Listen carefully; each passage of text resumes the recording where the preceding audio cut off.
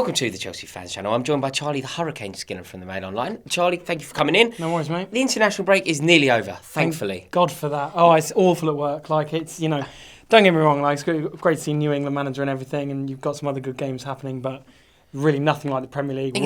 I love tournament football, but this just isn't it, is it? No, it's not. It's dross. It's not even nearly it. It's horrible, isn't it? It feels like the last game was about 3 weeks ago when really it was. It's no good. But absolutely buzzing for Leicester. Yes, it's going to be huge, isn't it? We welcome the champions. That game can't come soon enough. But what I want to talk to you about is a bit of transfer rumours, I suppose. That's what we're here for. Felipe Anderson from Lazio. Yeah, he was one that was very heavily linked with Man United in the summer. For when we're talking kind of 50 million euros here, that deal obviously didn't happen. And Conte has identified him as one that he wants. Now, we talked last week about Abramovich coming into Chelsea training, having lunch with Conte sort of 3-4 days in a row, and really kind of nailing down what Conte wants from this squad. The decision has been taken that the squad's not good enough to certainly to challenge where we need to be. This squad, which we've pretty much had, let's face it, for 2 years. Yeah. The thought is it's not going to reach those heights that we saw sort of 2015. So Conte's been given a bit of a remit to kind of change it as he sees fit with whoever he can get. And Felipe Anderson is part of this. Yeah, well, he's been playing for Lazio on the right of a 3-5-2. Perfect. Which obviously as we saw three at the back against Hull, it's one that he's identified as someone that he wants. Now, we've seen Victor Moses play there well. I think Cesar Azpilicueta could play there. I think Ola Aina could play there. But I think this would be a step in the right direction in terms of a player that Conte's identified as one he wants.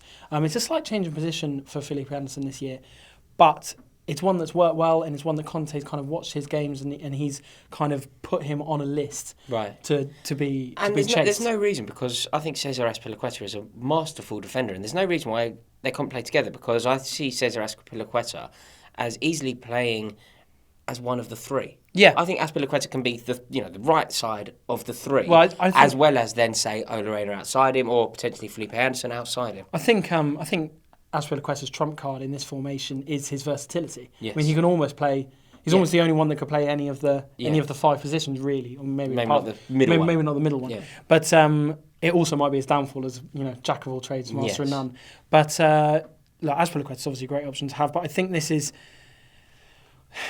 I think it's fair to say that Conte was underwhelmed by the number of and quality of signings that Chelsea were able to provide him in the summer. We all know that while David Luiz and Marcos Alonso were good signings and promising signings, they were deadline day buys. It wasn't a long-term strategy. Would Felipe Anderson be a fortune? Would he be in the top bracket of? What's Lazio's situation?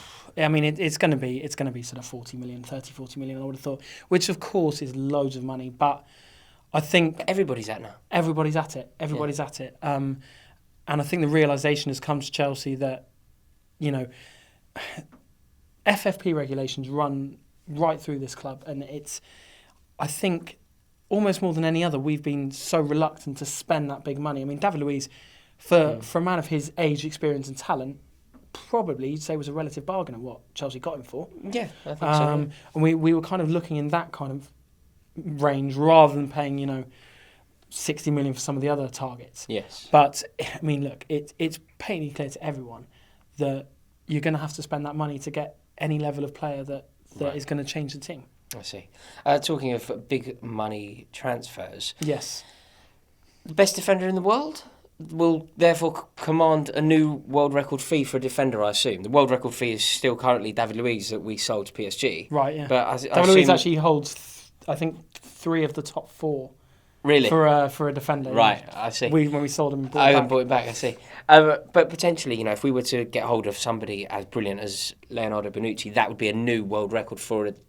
Oh, certainly. Unless a make-weight player was used. I think even if there was, he'd still be up there. I mean, I've seen these stories about Hazard. I mean, I spoke about that to Jack yesterday. We both dismissed it pretty much immediately. Yeah, I think you were right to, certainly at this point. I mean, there's no way that a 29, 30-year-old defender is worth that. And Eden Hazard is the jewel in Chelsea's crown. He is the most valuable asset Chelsea have. There's no way he's going to be some sort of make weight.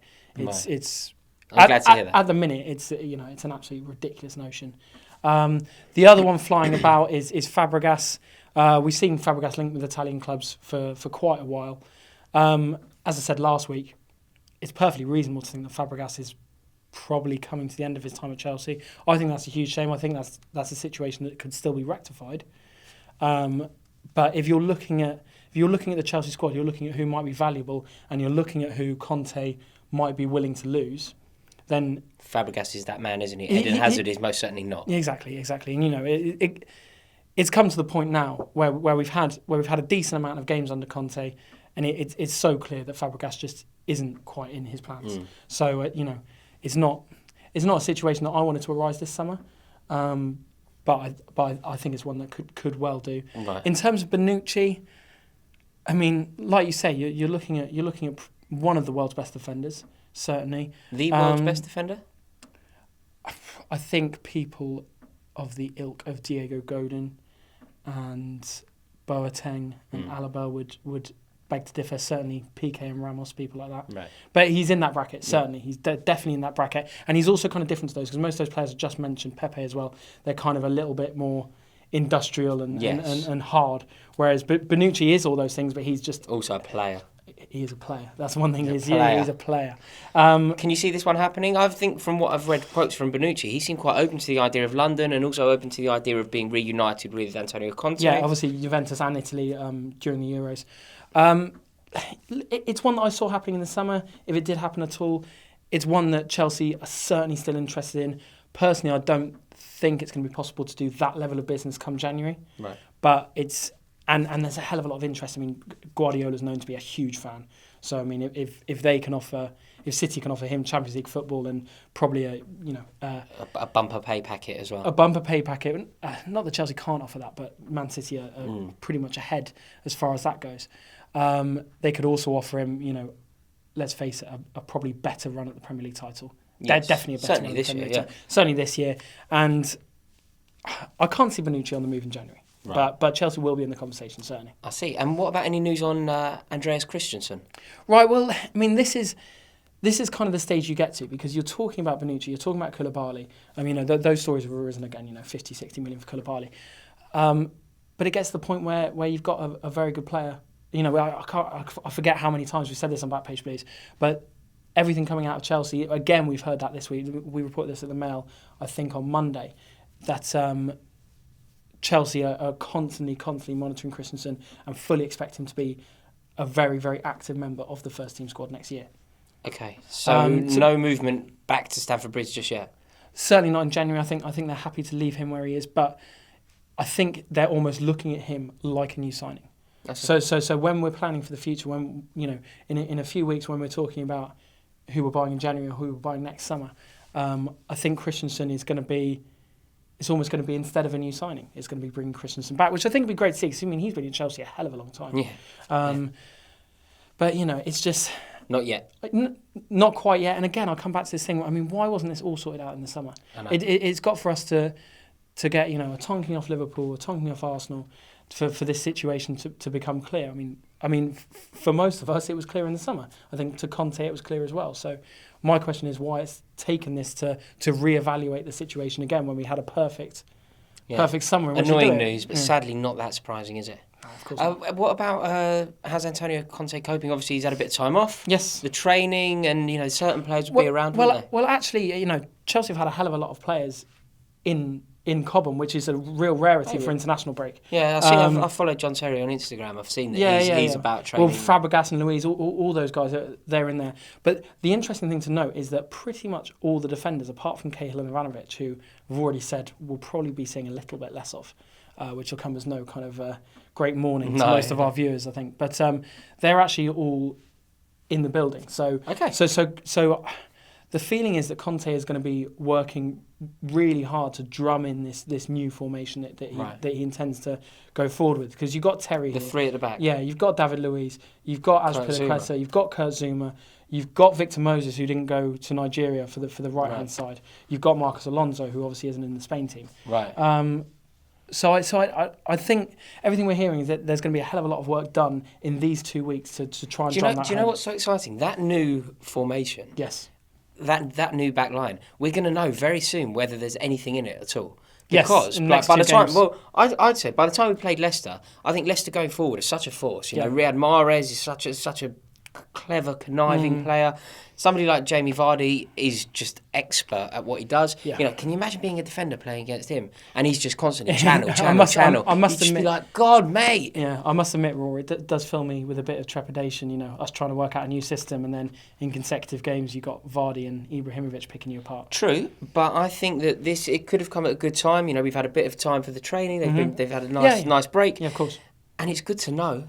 It's good to, you Well, we'll certainly find out one way or the other, won't we? Yeah, we certainly will. Right, guys, really hope you enjoyed that. It's time for a Q&A. We've done it again via Instagram, so make sure that you are following our Instagram account. It's ChelseaFansChannel YT, and you could be asking us a question next week. Right, let's make a start. The first one comes in from Ina Norton. Ina had some very nice things to say about our channel, and we really appreciate that. But has also asked, who are we going to sign in January? Right, well, obviously, Philip Anderson is a leading contender. I think Michael Keane is one to watch, certainly. Just got in the England squad. That's going to ruin Burnley, though, isn't it? Ah, well. Yeah, yeah. You know, no, look, I certainly think he's probably the best quality defender central defender Chelsea could hope to bring in January. I think he's he's a long-term target. Chelsea are on the lookout for more English homegrown talent. In fact, Mel ran a piece on Monday. Chelsea are second last out of all the Premier League clubs in minutes they've given to English players this year. So you're only looking at Terry, who's obviously been injured. You're looking at Cahill and Chaloba, Loftus-Cheek for a few minutes here and there. Yeah. And that's it. So real focus at the club is getting more English talent through the door. I think Michael Keane kind of ticks all the boxes for that. Right, interesting. CFC Tweet, again via Instagram, has asked, is Zuma fit to play the next match? No, I wish. Really? Yeah, no, I think he's still a few weeks off. But, you know, he did get a really bad injury. I really want people to kind of chill out on Zuma for a bit. You know, I see on Twitter, it'll be brilliant when Zuma's back. He's the best player in the world. You know, he is a very young player, a player that I think is still very understandably raw.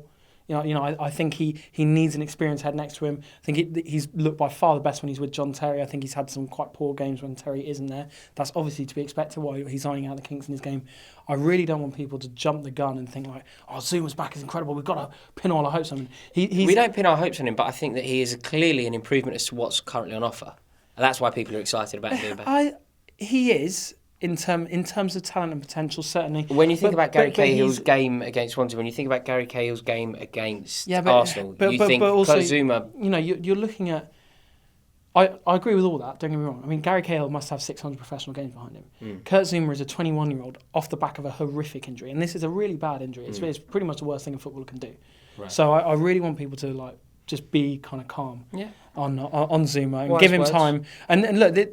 I remember in the summer we were speaking about him possibly going on loan to Schalke and you know building his game time up there. And I really don't think you're going to be seeing Zuma chucked in the team straight away as if nothing happened. Okay. You know, it's going to be a long road to recovery to full fitness. Fair. The next question is from Alex Wright. He wants to know, how long are we going to have to wait until Chelsea win the Champions League? Well, I waited. Fair while, I'm afraid. I waited my whole life until I was 22, which is actually really young.